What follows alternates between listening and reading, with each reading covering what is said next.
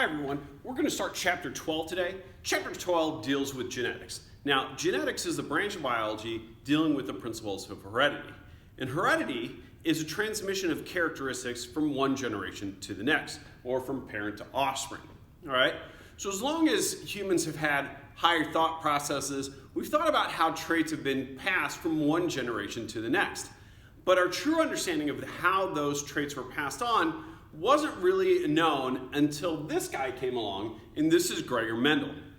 Now, Gregor Mendel formulated two principles of heredity in the 1860s.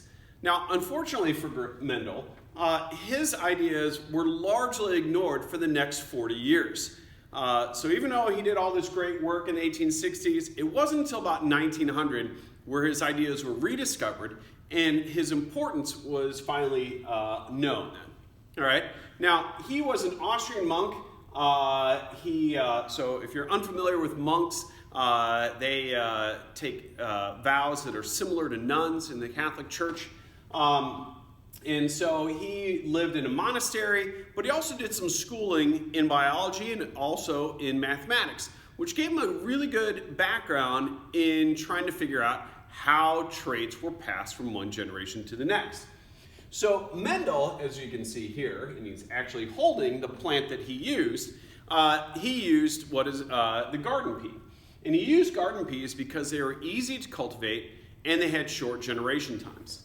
And what he did is he did over 24,000 crosses or matings between various plants. All right? And he developed what he called true breeders. And a true breeder is where the offspring are always like the parents. So these are looking at some of the traits that he looked at. And of course there was variation in these traits.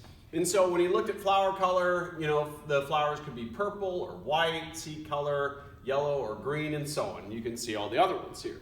So what he means by true breeders is if he took two purple flowered plants, and crossed them, all the offspring would also be purple.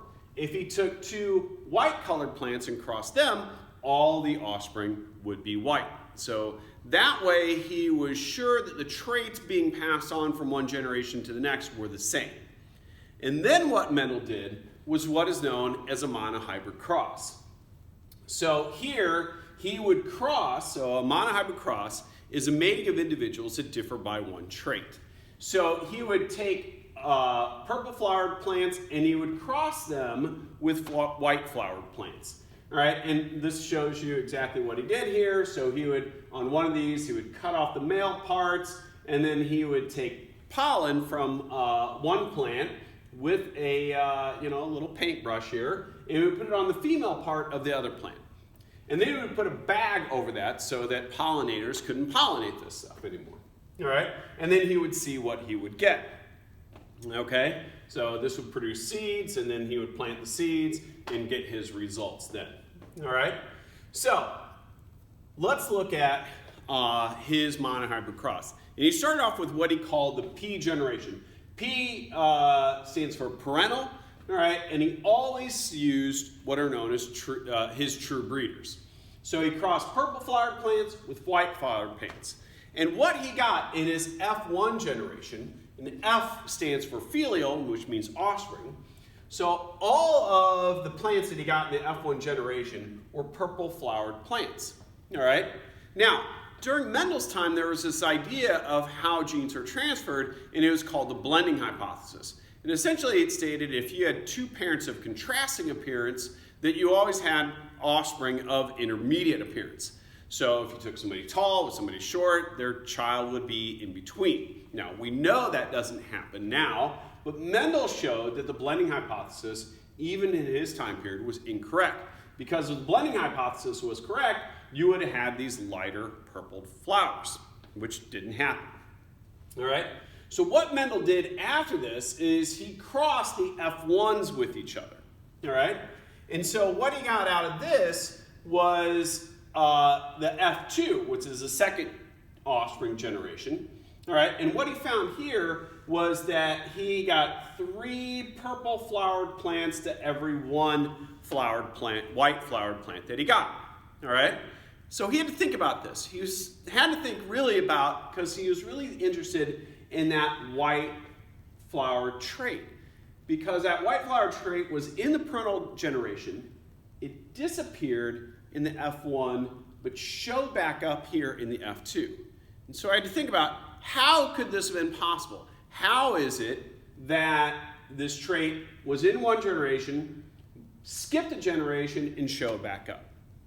So what he came up with is what we call the principle of segregation. And what the principle of segregation states, that each organism contains two alleles for a trait, and those alleles are going to segregate or separate during gametic formation so that each gamete contains only one allele for each trait. So let's think about this. We already know we have 46 chromosomes. 23 we get from our mom, and 23 we get from our dad. And the chromosomes carry the genes. So what this also telling us is that for every gene that we get from our mom for a trait, we're going to get a corresponding gene from our dad for that trait. All right?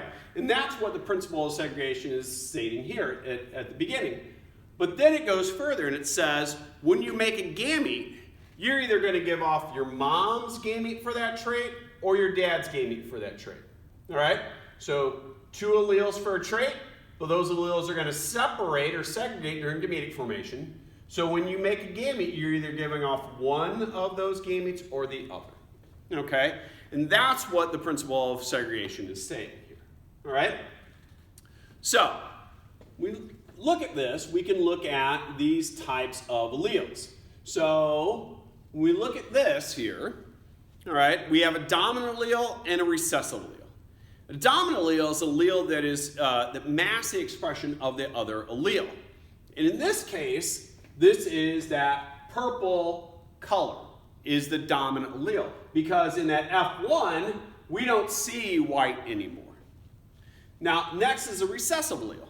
And this is an allele whose expression is masked by the other allele. And that is the white allele there. And once again, we don't see that in the F1 generation. Now, both of these in the parental generation are what we call homozygous. And this is an individual with 2 identical alleles for a trait. All right? So, just taking a step back, I forgot to mention this. When we say that something has a dominant allele, we represent that with a capital letter. When we say it has a recessive allele, we represent that with a lowercase. All right? So purple is dominant to white, so we use big P for purple, little p for white. Now, both of these are homozygous. So homozygous means that they have, so if you remember, homo means the same. So this is an individual with 2 identical alleles for a trait. So here, this is homozygous dominant. They have 2 alleles that are the same, but they're both dominant alleles. Here's homozygous recessive. 2 alleles for a trait, but they're both recessive alleles. Next is heterozygous. Heterozygous is an individual with 2 different alleles for a trait. So that's what all the F2 were. We're all heterozygous. They had 1 dominant allele and they had 1 recessive allele. So if we look at what's happening here, so if we look at what is happening here, this individual had 2 alleles for a trait, but when it gave off a gamete, it could only give off a dominant allele, right? So principle of segregation states we have 2 alleles for a trait, 2 alleles for a trait, but when we make a gamete, we're only going to give off 1 of those. Now, for this individual, they could only give off a big P because that's all they have.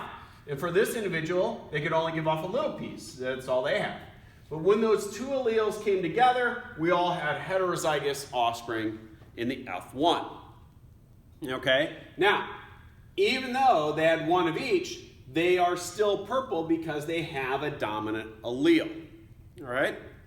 Now, when we write out these letters like this, we're writing out what the genes are. And this is known as the genotype. Those are the genes of an organism.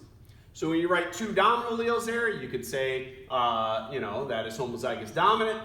2 recessive alleles there, homozygous recessive. And this individual is heterozygous. That's saying their genotypes, what genes they have.